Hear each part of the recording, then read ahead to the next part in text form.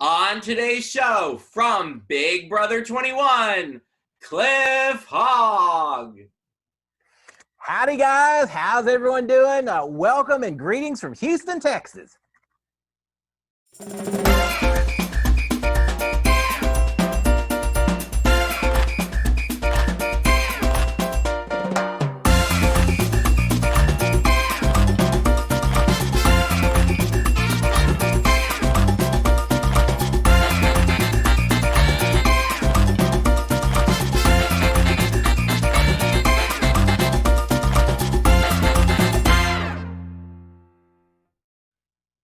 Hey, everybody. Welcome to the Mike Grand Show. And today's special guest is from Big Brother 21, Cliff Hogg. Hey, Cliff, how are you? I'm doing fantastic. Welcome to 2021. And Mike, thank you so much for having me on. You're welcome. I'm glad to have you here. So we're going to have a lot of fun today, guys, talking about Big Brother. So, Cliff, the first thing I want to know is, I know that you've been a Big Brother fan. Can you tell us how long you've watched the show and how did you get cast? Because I heard an interesting story about how you actually tried out, that they came for auditions in your local town. Yeah, it worked it was amazing. I've been a fan since, I guess I actually watched the very first season and then kids and all, and I kind of stepped away from it. But I really started watching again during season 8, which had Janelle and Evil Dick and Danielle, just an amazing season. And so I watched that first season, got hooked, got my wife hooked onto the show over the next season or two. And by then, my kids were old enough that we started watching it as a family. And so really, what's that, 13 years plus or minus, something like that I've been a fan. And I've watched live feeds for the last 3, 4, 5 years, something like that. So kind of all in here for a while, and I've enjoyed all kinds of reality TV, but obviously Big Brother's one of the big ones, and had a blast with it, and have enjoyed every bit. As far as the auditions, yeah, it was really pretty amazing. You always say, oh, that'd be fun to do something like that, and you picture in your head how you would do if you were in the house and playing the game and everything, but I'd never actually tried out or done any, even really considered it too seriously until February of 2019, and Haley Broker from season 20 had posted on her Twitter feed that there were going to be live auditions here in Houston, and just come on down to the local bar and try out. And my wife and I actually were heading over. Houston has a big rodeo that also has a big barbecue cook-off.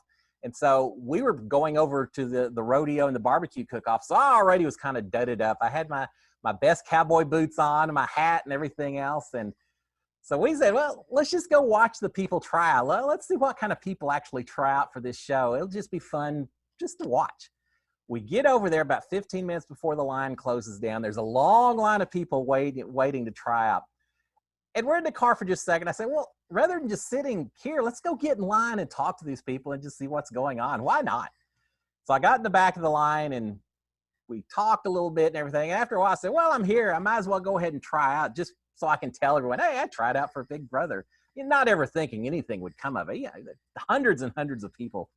And so I waited in line for a couple hours. I was the very last little group of people to be seen. And next thing you know, I'm in Burbank, California, and doing Big Brother. So it was lightning in a bottle. The fact that the first time I tried out, and it just happened to work out and all of that. So it was quite the whirlwind. Awesome. What kind of questions did they ask you in that initial interview? Well, I can't go into a lot of details because I know they're always strict on it. But I'll say this: if you ever try out for Big Brother, it's important that you don't just get on your cell phone while you're standing there in line. You better pretend like you're playing the game already and talk to the people around you, and you just be aware of what's going on, and just figure that you got to start playing the game already. For me, I can't tell you. I had a question like, what would make you a great player? Why would you be great on Big Brother? And so I think I said something like, oh, the reason I would win Big Brother is because I'm a storyteller. I've traveled all over the world, and I kind of threw out my spiel. I always tell people when they're going to try out, don't make anything up about who you are. Don't say, I'm going to be the villain, if that's not the kind of person that you are. Just figure out what makes you stand out from everyone else, and then emphasize that. Do everything you can to make sure that you continue to talk about that, and they're aware of that. So for me, it was the fact I was the older guy. I'd been a world traveler. I had a whole lot of stories to tell, and that was kind of my focus, and I guess it worked. And what did your wife and kids have to say when they found out you were actually cast on the show? I mean, I know that they were obviously happy for you, but then, you know, you're going to be away for, you don't know how long you're going to be gone for. So what was their reaction to that? Yeah, that was pretty interesting. My wife knew from the very beginning, because she was there with me at the tryouts and everything else. And every time I would get a little call or something would come up and I'd kind of advance a little further in an audition process, she'd say, "Cliff, you're going to get on this show. You're going to be on this show." And I was trying to temper my expectations. And so I'd always say, I made it to the next level, but there's still hundreds of people. It's cool that I'm doing the ride and the adventure, but eventually they're going to shut it down. And so I tried to stay a little, I tend to be an optimistic person, but in this situation, I tried to really not get too excited until just a few weeks before the show potentially started. And I started thinking, wow, I may actually make it on it by the time, if I've gone this far, there's a chance I may actually be on the show, and I've got to rethink everything about it. Because it certainly is, even though I was the person on the show, it really did involve my whole family. My wife was here by herself, and when I went in, I didn't think it was necessarily going to be 3.5 months. I kind of thought, well, it could be a week or two, and I may be right back home. But she was here. But fortunately, my kids, I don't know, for them, it's a little different. It's one thing to have a family member to go on Big Brother, but it's a whole other level to have your dad go on Big Brother and be on TV 24/7 and doing all the goofy stuff that we do and everything else. So, they were a little shocked when they first found out, and they didn't find out until right before all of it finally happened. And in fact, I didn't know for certain I was on the show until I found my key. I thought there was a possible chance once they came out to film promos and everything, but I didn't know until I got the key. So yeah, they were excited, but I knew it made it easier while I was in the house, knowing that my wife and kids and my mom as well, that all my family would be pulling together and supporting each other. And so I didn't have to worry about them here back home. Now, did your kids watch Big Brother as well? So were they fans of the show? Oh yeah. Yeah. They had watched it as well.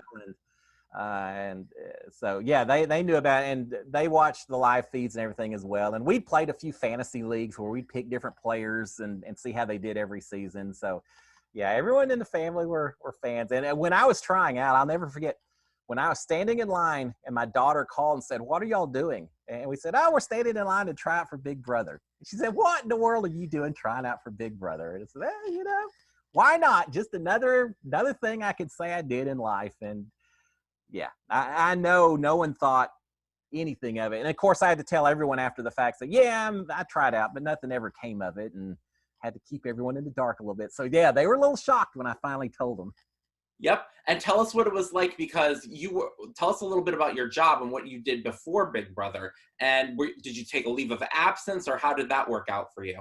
Yeah, well, that is tough. I'm a petroleum engineer, so I work in the oil field, and I had to go into my boss at one point a few weeks ahead of time and say, "Look, I'm not saying for certain, but there is a possibility that I have something coming up that is that I'm going to have to take an extended leave of absence, and I can't tell you what it is. I can't say anything about it right now, but you'll know shortly if it's the case." I said, "I'm not going to a competitor. I'm not becoming a consultant. I just have to take a once in a lifetime, a leave of absence for once in a lifetime type deal." And he kind of looked at me a little bit. And at one point, I guess he kind of figured it out eventually, because he looked at me and said, "You're going to be on TV." I said, "Well, no, I can't tell you anything." And he said, "You're going to be on Survivor, right?" I said, "Well, I can't tell you anything, but you're going to be a little surprised." But no, it was difficult, because at the end of it, I was able to kind of take an extended leave of absence to some degree, but I was told, "Hey, once your vacation and your all your sick pay day, everything runs out. Once that runs out, we're going to have to end employment with you, and then when you get back, you can reapply and all of that." And so what a lot of people don't know is on day 30, which was the day that I was evicted from the house, and then I won the battle back, that following Monday is where all my time off ended. So if I hadn't battled back into the house, then I would have come back and just made the deadline and gotten back in. So when I won that battle back, I said, okay, well, now I know that the job is kind of gone. I'm going to have to try to reapply when I get back. So I'm in it 100% at this point in time. I better give it everything I got to the very end. So yeah, it was tough, and I think maybe that's one of the reasons that we don't have more older people on the show. Is it definitely it takes a lot to break away from a job for a few months to do something like that. And when I got back, I talked to everyone at work and found out they were all excited, and they all had the show up, the feeds up on the computers, and they were all going back and forth talking about me the whole time. So yeah, it was a lot of fun. Tell us what it was like your first day entering the house when you got to walk in there for the first time. What was going through your mind, and what were you thinking as you looked at these other competitors and looking at the house itself?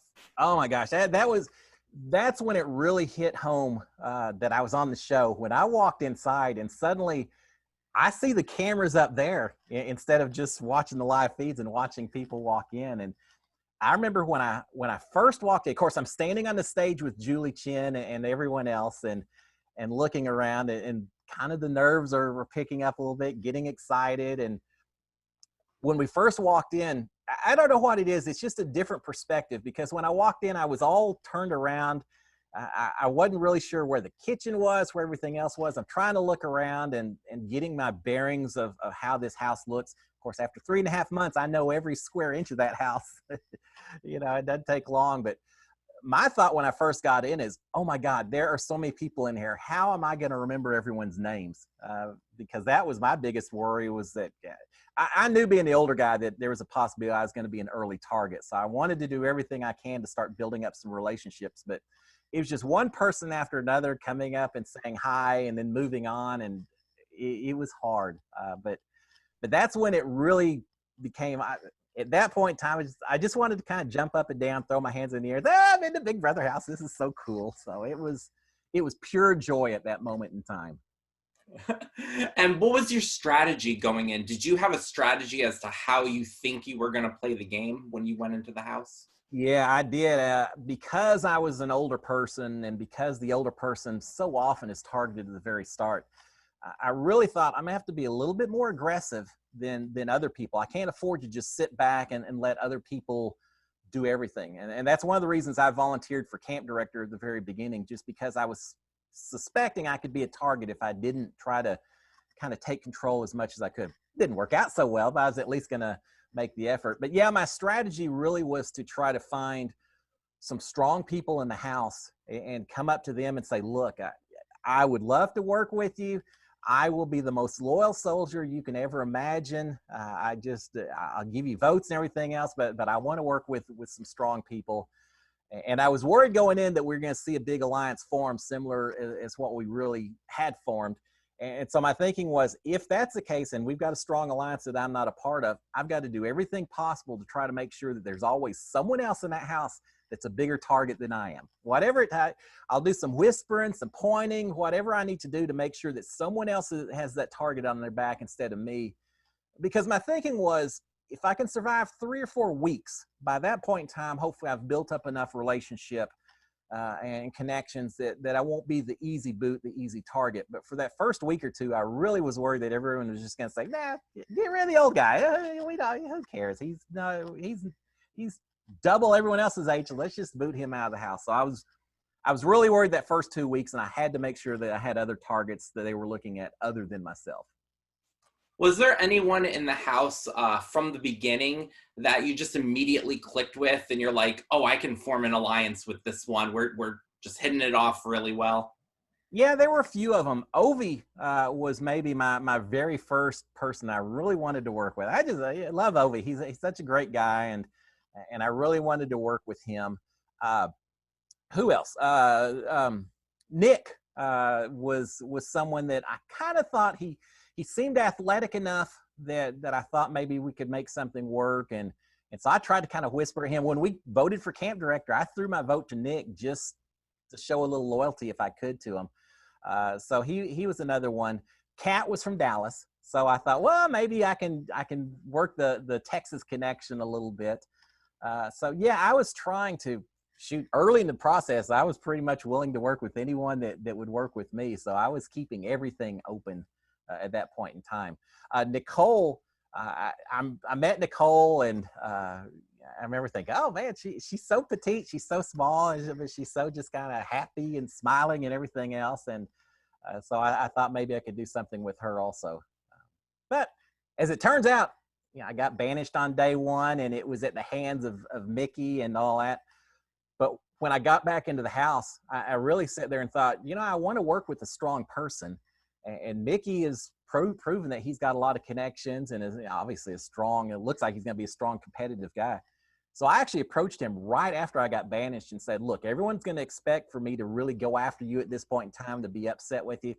It's all water under the bridge. Let's work together. Let me work with you, and no one will suspect it at all. And that worked all right for a long time in that game. Tell us what it was like, as you mentioned that, you were part of Camp Comeback and you were eliminated in the beginning, but then you got your way back in. So tell us what that process was like and what you felt like once you won it and you got back into the house. Oh, that was a rough day, because it's day one. We've gone through all the audition process. We've been sequestered while they're waiting to actually bring us onto the show. I go in, and it's my worst nightmare that we start off up in the backyard, and Julie tells us that 4 of us are going to be banished. And at the time, she didn't say that 3 of you are coming back. She just said 4 of you are being banished. And all I can think is, that's great. I'm sure they're going to bring 4 veterans in, and there are 4 of us going home or something. And I bet I'm one of those 4, because that's 25% of the house and all. And then sure enough, and I tried to sell myself to Mickey when he won camp director, but as soon as I saw that giant squirrel walk in my direction, I said, nah, this is it. I know I'm gone. And sure enough, I got nabbed and taken away. And I didn't know who the other 3 people who'd been banished were either. And so at that point in time, I'm having to wait forever until we actually do the Dark Forest competition. And I don't even know who I'm competing with to try to fight my way back into the house. But we finally had to do that, the Black Forest, the maze to get out. And it was dark. It was every bit as absolutely pitch black. Couldn't see a thing in front of you.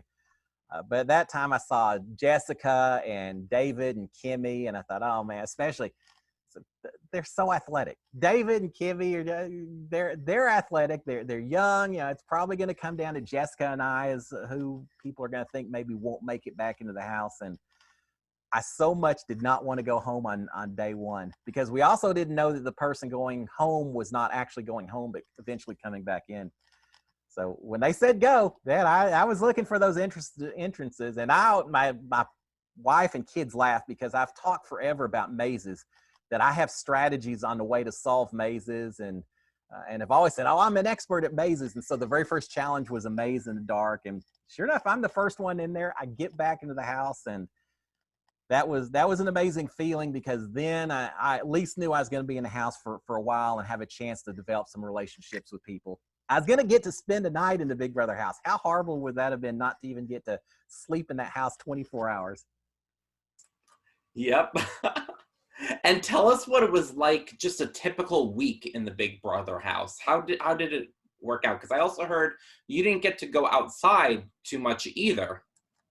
Yeah, it's the biggest word I can use for a typical weekend there is just boredom, just absolute boredom. It's we only get the backyard for a couple of days a week, and it's a little tough. You don't necessarily see that on the episodes as much, but they're always so busy building the set for HOH and then the set for veto. So typically, after the veto competition was over, we would get the backyard Saturday night, midnight, 1, 2 in the morning, sometimes Sunday morning. And then we would normally have the backyard until maybe sometime Tuesday. And then they would lock us back inside so they could build the set for the HOH the following Thursday. And so really it's only a couple of days. And when you're outside, I don't know, the fresh air and the sunshine, everyone's just happier and friendlier and all of that. As soon as you get locked inside and you get that old stagnant air and everything, and people, just the stress levels ramp up at that point. You get that much more plotting and whispering and everything that goes on. And so that was tough. And for me, there was a part of me that wanted to try to be involved in every single conversation because I was always afraid if I'm not part of the conversation, they may be talking about me. So I need to be active and everything else. But they would stay up till 4 or 5 o'clock in the morning. And there were lots of nights where I'd say, okay, guys, I've had enough. I'm going to bed. It's 2 in the morning. I'll see y'all in the morning. And they'd say, yeah, we'll see you in 30 minutes, Cliff. And sure enough, I'd be in bed. I'd hear them all talking and laughing. And I'd pop right back up, go talk to them again, go to bed, get back up. And so, yeah, you wanted to try to stay involved with everything as much as you could. But there was also a lot of downtime.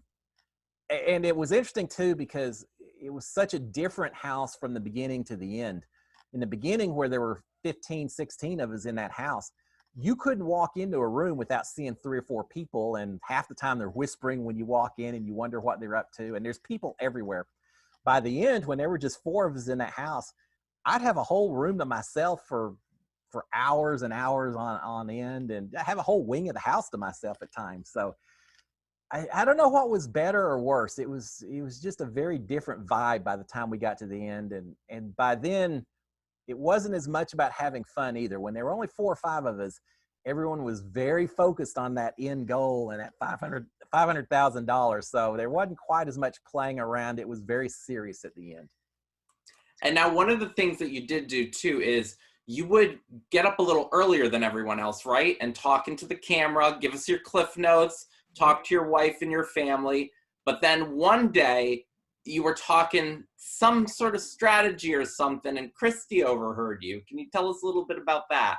Yeah, that was horrible. And just as a background on that cliff notes, the reasons I did, there are a couple of reasons I got up early in the morning. One is just, I think just because of my job and everything else, I probably tend to get up earlier than a lot of people in that house anyway. But I realized early on, one is that if I was the only person up, the cameras are going to be on me. And being a fan of live feeds, being a fan of Big Brother for so long, I've always wished there was someone in the house that would just give us the what's going through your mind, help us figure out the strategies and what's going on in the house. So I thought, all right, this is my chance just to sit in front of that camera, talk to all the live feeders that I know they're all watching if I'm the only person up, and tell them what's going on.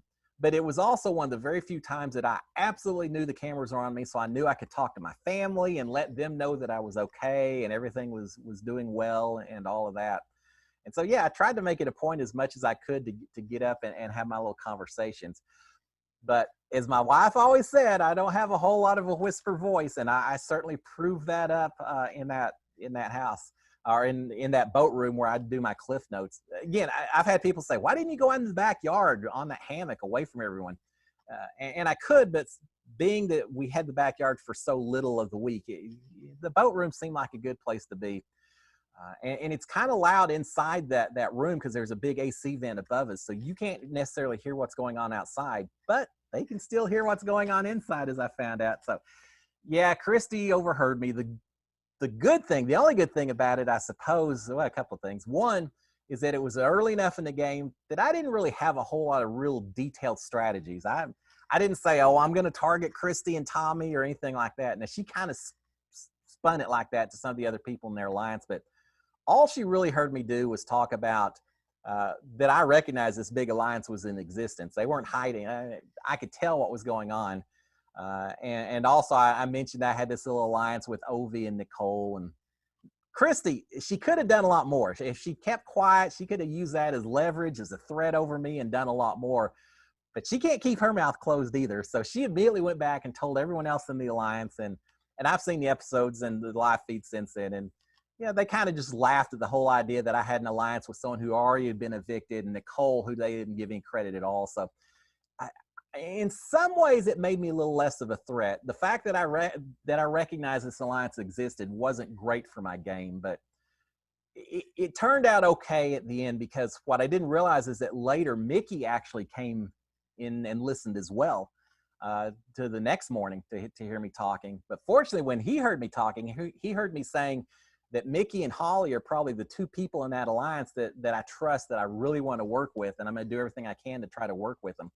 And I think that actually helped Mickey and I, because since he overheard that, he knew that I truly was wanting to work with him more than anyone else, and it helped connect us just a little bit tighter together. So in the end, I think the biggest thing with Big Brother keys to success is other than winning challenges, which is kind of nice, but beyond that, you've got to be flexible and adaptable. And so, yeah, my game kind of got blown up. I had to pivot a little bit, and I laid it out to people like Tommy and said, "Hey, Tommy, I'm not hiding any secrets. You heard what I had to say. I'm just going to sit back and wait for this alliance to implode, and I'll be there to work with you and everything else." And so it worked in the end, but it could have been a whole lot worse. I was very lucky it didn't get any worse than it did.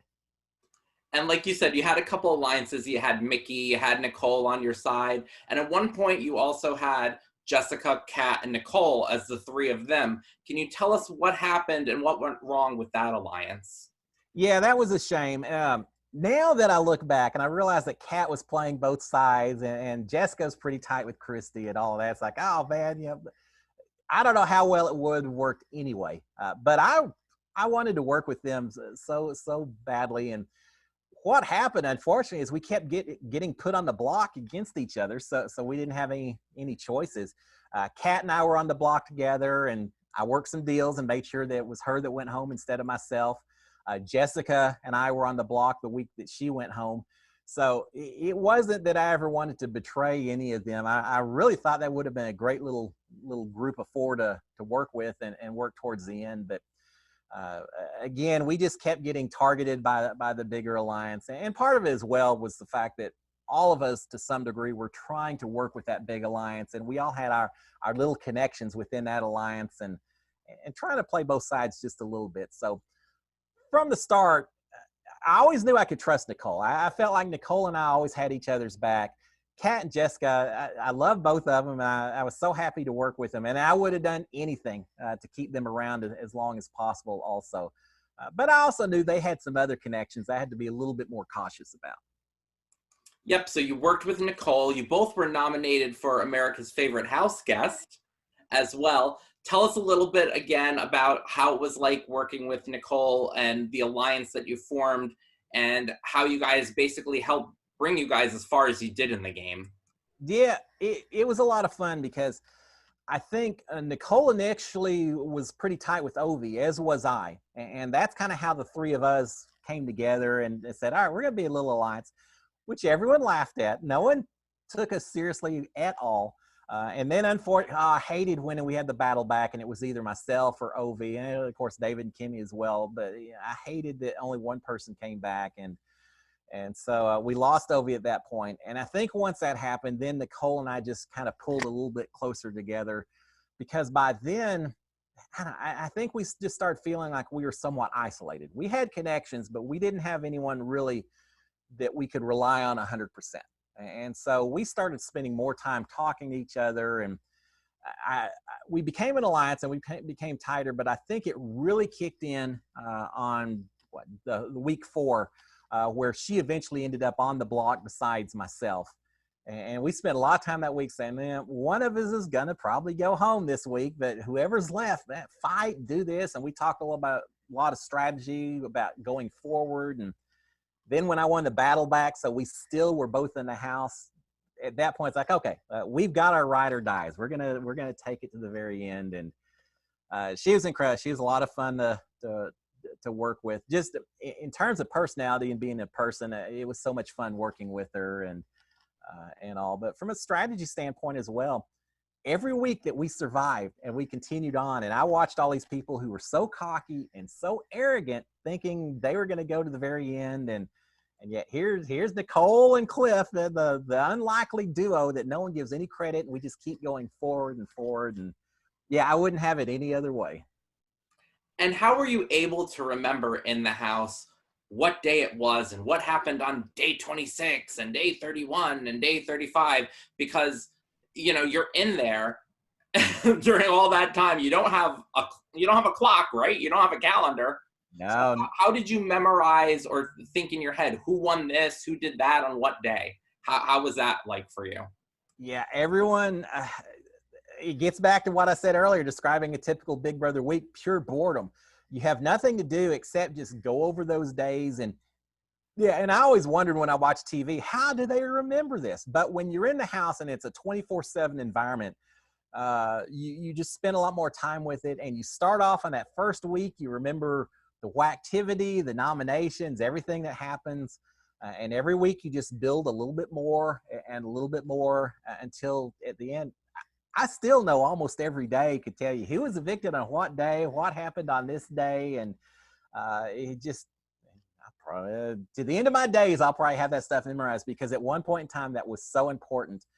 And I remember sitting in front of that memory wall some nights when other people were in bed, just staring at it, trying to pick one person and go through every single event that involved them, what day it was, what it was, and then going sequentially day by chronologically figuring out what happened every day. So I had all of it memorized because at the end there's always going to be some activities and some questions that involve it. And it's when you've got nothing else to do except memorize, you do it. But you're right, you can't. There's no writing tools or anything else in there, so you just have to rely on just rote memorization and just adding a little bit every week and hoping that you're right. Was there any player that really surprised you and impressed you that you thought, wow, I didn't see this coming. I didn't see this that they would be such a strong player? Yeah, there were a few of them. Tommy was one of those who I still remember meeting Tommy on the first day. He's like the Energizer Bunny. He's just jumping around. He is so full of energy, and I love Tommy. And we're friends outside the house as well. He's just an amazing guy. But I knew he was going to be fun in the house, but I didn't really expect him to be such a strategic player. Early in the season, I knew he was part of that big Grateful Eight alliance and all of that, but I didn't really think that he and Christy were necessarily leading it as much as to some degree they were.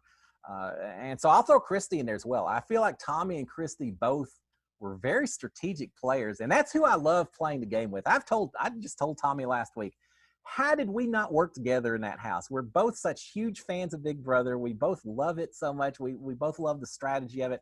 How did we end up on opposite sides in that house? Because we could have just dominated. I really think we could have dominated if we had worked together, but it just didn't work out. Throughout the whole season in that house, I had so much respect for Christy and Tommy both because I knew they were huge fans of the game, and they were all about the strategy and just the fun, the enjoyment of playing the game itself. What was it like being on the block? Because you were on the block a couple times. Explain the process to us. What was going through your mind every time you were on the block? I think of 13 weeks, I feel like I was on the block 6 times, if I recall correctly. I was on the block a lot. Now, sometimes I got pulled off before the actual vote. Sometimes I got put up once or twice as a replacement nominee. So I did it all different kinds of ways. But no, that's tough. There's some, even when you're told that you're just a pawn, and even when you truly believe that someone else may be the bigger target, you don't know what's going to change, what's going to go on. The week that Nicole and I were on the block, I knew she was the big target, but I also knew that come eviction night that things were changing because suddenly people weren't looking me in the face. They kept going off into rooms and whispering and would avoid talking to me. So I realized something had probably happened and that maybe I was the target that night, as it turned out to be. But when you're on the block, one, it's just you can't rest. You've got to just put everything in overdrive in terms of campaigning and talking and everything else. But it's even something as minor. Well, it's not so minor, but when you walk into the storage room and you see your suitcase sitting there on typically a Wednesday night, or I think Wednesday night, and you've got to go pack your suitcase just on the off chance that you're going to get sent home. And so that really hits home when you're getting all your stuff, putting it in there, and you go to bed on that Wednesday night thinking, geez, this may be my last night to ever spend in the Big Brother house. And so you kind of have to face the reality that your game could be coming to an end. Whereas if you're not on the block, once that veto competition or veto ceremony is over and 2 other people besides you are on the block, those weeks you just kind of coast. I mean, you're still playing the game, but you can kind of take a breath of fresh air and relax knowing that you've got at least one more week before you go home. But yeah, it was brutal being on that block. There's nothing fun at all about that. And then on the reverse side, you did get to be head of household once, right? Yeah. Tell us about that. Oh, what an evening. I was so happy. I got booted from the house. I fought my way back in, and then I won just a couple hours later the HOH competition and was kind of the king of the house. And Yeah, what a transition from that day was just a roller coaster. And all I could think of was my family back home watching this all on TV and the different emotions that they must have gone through in that 24-hour period or so. So yeah, I was HOH, which was fantastic. It gave me a chance for everyone in the house to see pictures of my family, which just helped humanize me just a little bit more and help develop relationships just a little bit more. And of course, I was looking forward to seeing the pictures and reading the letters and everything else. But what some people don't realize as well is a lot of times when we have the HOH, it's always on Thursday night, the HOH competition. It's almost always. But for our particular competition that evening, it was a little bit later than usual. We didn't actually finish up the competition till, I don't know, 11 o'clock, 12 o'clock. It was late. So by the time I got my HOH room, it was probably 1 o'clock or so in the morning. And nominations are always the next day on Friday morning, but sometimes they're late morning, sometimes they're early afternoon. In my case, they were early morning. They were like 9:30 or 10 o'clock in the morning. So I basically didn't get my room till 1:30. Had people coming in trying to sell me and try to campaign for putting people on or not putting people on the block all night long. And then I had to get up and make such a huge decision with just zero sleep and very little time to ponder it and figure it out. So that was a rough 24 hours. Now I was glad. I wasn't complaining that I was up in that HOH room. And really, I was the first person to win HOH that wasn't part of that big alliance. And so I think it wasn't just me, but a lot of other people in that house that suddenly knew that maybe there was going to be a little bit of a change in the way things were going. Now, there's many competitions that you had during the course of the season. Is there one competition that you look back and you're like, oh God, I don't know how I got through this one. This is my least favorite competition and I never want to do this again. Yeah, there's quite a few of those for me. I mean, look at me. There's competitions that this guy is not necessarily suited for. But I gave it everything I had. The very first competition, having to hold on to those logs, and man, I'm doing everything I can because I know I have to prove myself to some people. But I'm watching these smaller, petite people that are up there like just a walk in the park, and I'm struggling. But I stayed up as long as I could. Yeah, there were a couple of challenges that as soon as I saw it, I thought, all right, this is not going to be Boss Hogg's week to win HOH. Hang On Fright, which was hanging up on that wall, I didn't want to go out first, and I said I'm not going to go first. I'm going to fight as long as I can, but hanging on to a wall probably isn't my top competition. The other one was the slip and slide that Mickey won, running back and forth. Really wasn't going to be a great one for me. And I had torn a calf muscle as well, which didn't help at all in terms of that event. But the worst one of all was the very end, the win it and you're in it, the veto competition that Mickey won, ended up sending me out the door. Involved a giant slingshot and shooting the balls at the pictures and all of that. And the competition itself, I don't know that it was that hard, but I was one of the first people to do that competition. And it was probably 1 o'clock, 1:30 in the afternoon. And it was so hot that day. It was just brutal. The heat coming down and me running back and forth trying to gather up those balls and launch them. And I tore up my knees. I had heat exhaustion. That was a rough competition for me. So yeah, there were some comps that I really enjoyed. There were a few that I knew I wasn't going to win, but I still was going to give it 100%. And I wasn't going to quit until I'd finished the comp or done as much as I could. Was there any moment in the house where there was something you were thinking, just like maybe this one and this one is working together, that turned out to be false, and you felt like, oh my God, I wasted a lot of time thinking this was true, and it turns out to be false? Yeah, I'll give you the big one at the end was Tommy. People talk a lot about us voting Tommy out the door instead of Holly and the good or bad, and it was not an easy decision either way. But Nicole and I both suspected to some degree that Tommy and Mickey were working together, that they maybe had a little side alliance as well. Mickey, in all the times he had won HOH, and Holly as well, neither one of them had ever put Tommy on the block as a nominee.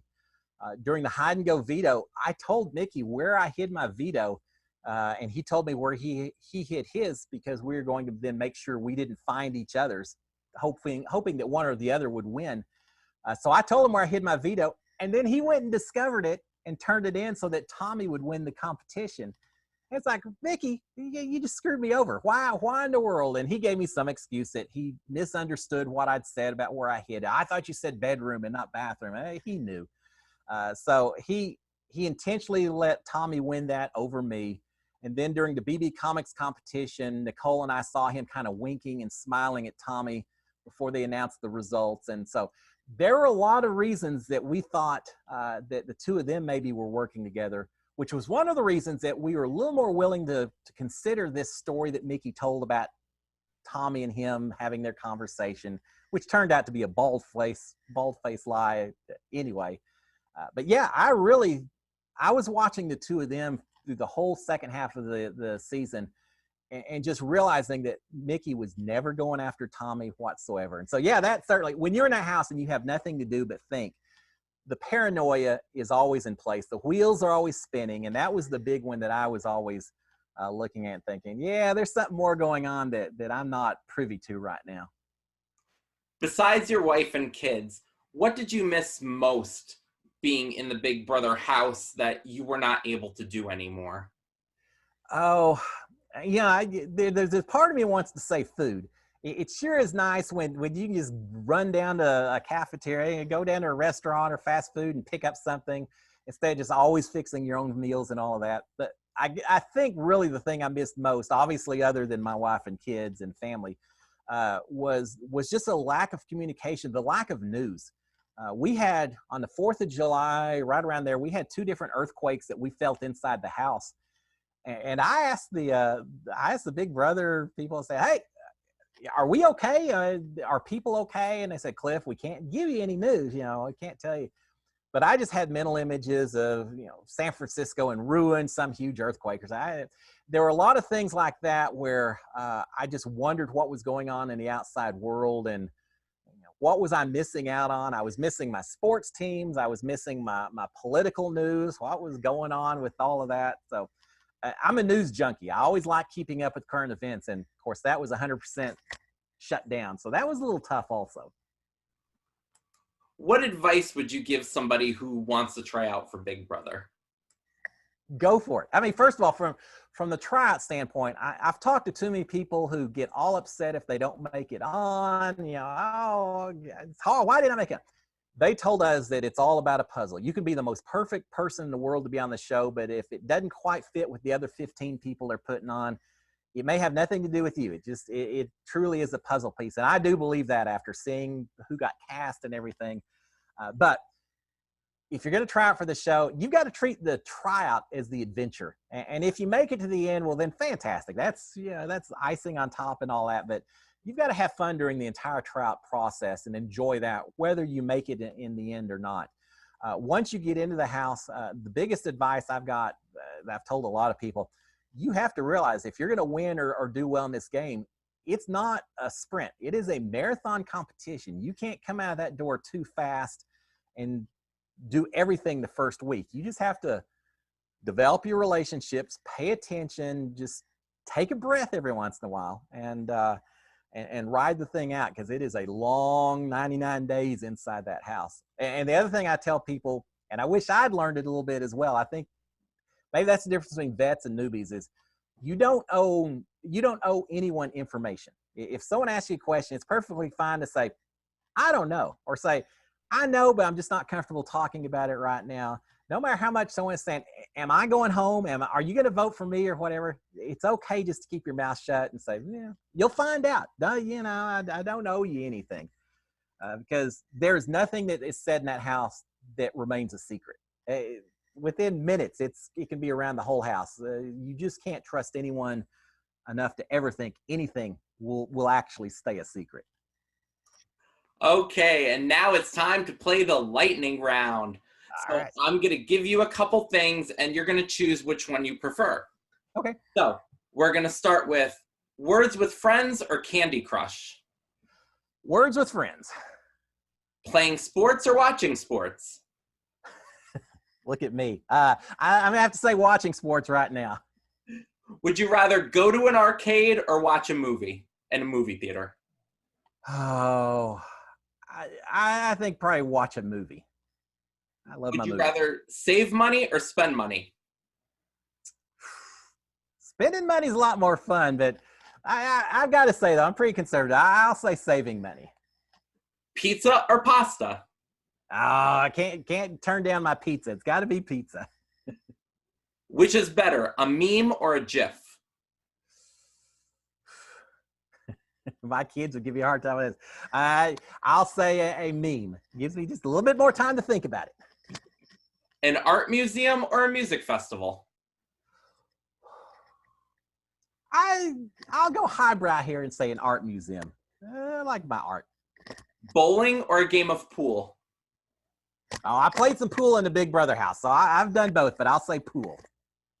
Listen to your heart or listen to your mind? I'm an engineer. I'm a very analytical person, so I've got to go with the mind on that one. Big Bang Theory or Young Sheldon? Oh, I like them. Oh, that's a tough one. I'm going to say Young Sheldon because it takes place in Texas and I can relate. Leanne Rimes or Carrie Underwood? Probably Carrie Underwood. Poker or blackjack? Oh, I'm going to go poker on that one. I love my Texas Hold'em. Okay, thank you so much for joining us, Cliff, today. If fans wanted to get in contact with you, how can they reach out to you? Yeah, I appreciate it, Mike. I'm on Twitter, Cliff_Hogg. I'm also on Instagram at Cliff.Hogg. But I also have my YouTube channel. That's where I'm doing a lot of my stuff right now. Currently, I'm doing recaps of the challenge Double Agent. So I tend to drop those every Thursday after the Wednesday episode. So come out to YouTube. I've got that. And I recap Big Brother All-Stars. So I've got a lot of different videos out there. So, yeah, you can just search Cliff Hogg and find me on YouTube as well. All right. Thank you again so much for joining us today. Thank you guys for watching, and we'll talk to you all soon. Bye, everybody. Thank y'all. SKD 143.